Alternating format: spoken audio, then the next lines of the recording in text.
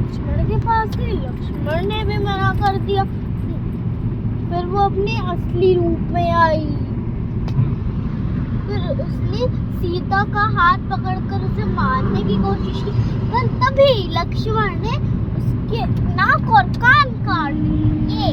कान नहीं काटा था। नहीं, नाक और कान काटा था। नाक काटा था। नाक कान दोनों काट दिए। दोनों उसके बालों की वजह से पिक्चर है ना। फिर क्या हुआ, वो भागते भागते भागते भागते अपने भाई रावण के पास गई। उसका नाम क्या था? किसका? जिसका नाक काटा था। शूर्पणखा। हाँ। मैं हर दशहरा देखती हूँ, हाँ। है ना। फिर क्या हुआ, वो रोते रोते अपने भाई के पास गई। भाई का नाम रावण था, तो शूर्पणखा उसकी बहन थी। और उसने अपने भाई से कहा कि भैया, दो बालकों ने मेरा अपमान किया है। और उसने कहा बताओ उनका नाम, मैं अभी उनका वध कर लाता हूँ, है ना। तो क्या हुआ, नहीं, उसने कहा कि नहीं भैया, उनने एक स्त्री का अपमान किया है, तो आप उनके पास एक स्त्री है, आप उस स्त्री का अपमान कर दीजिए तो राम खुद ही मर जाएगा, ना। उसने ऐसे कहा।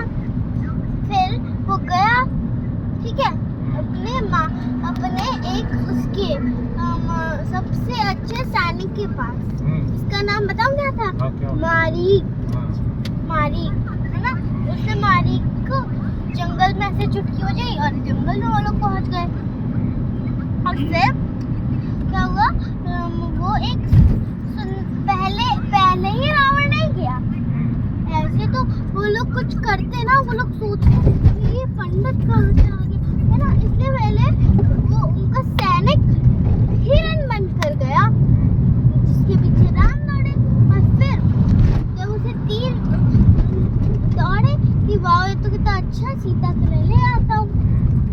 जैसे ही तीर लगा, उसने राम की आवाज में कहा, हे राम, हे राम, हे लक्ष्मण, हे सीता, मुझे बचाओ, है ना। ऐसे थोड़ा सा वैसे वॉइस में कहा था, मैं उसकी वॉइस नहीं कॉपी कर सकती, है ना। तो क्या हुआ था, वो जो लक्ष्मण आए, ठीक है।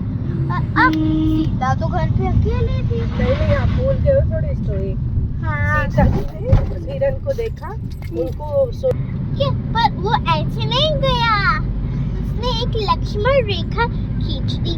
उनसे कहा कि नहीं, तुम इस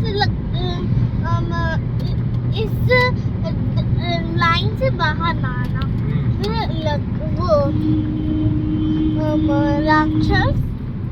राक्षस मतलब रावण, ना, एक साधु का रूप करके आया और उसने कहा मुझे भिक्षा दे, ना, भिक्षाम दे, ना। तो सीता जी बाहर आई, ना, और फिर वो बल लेके बाहर आई, ना।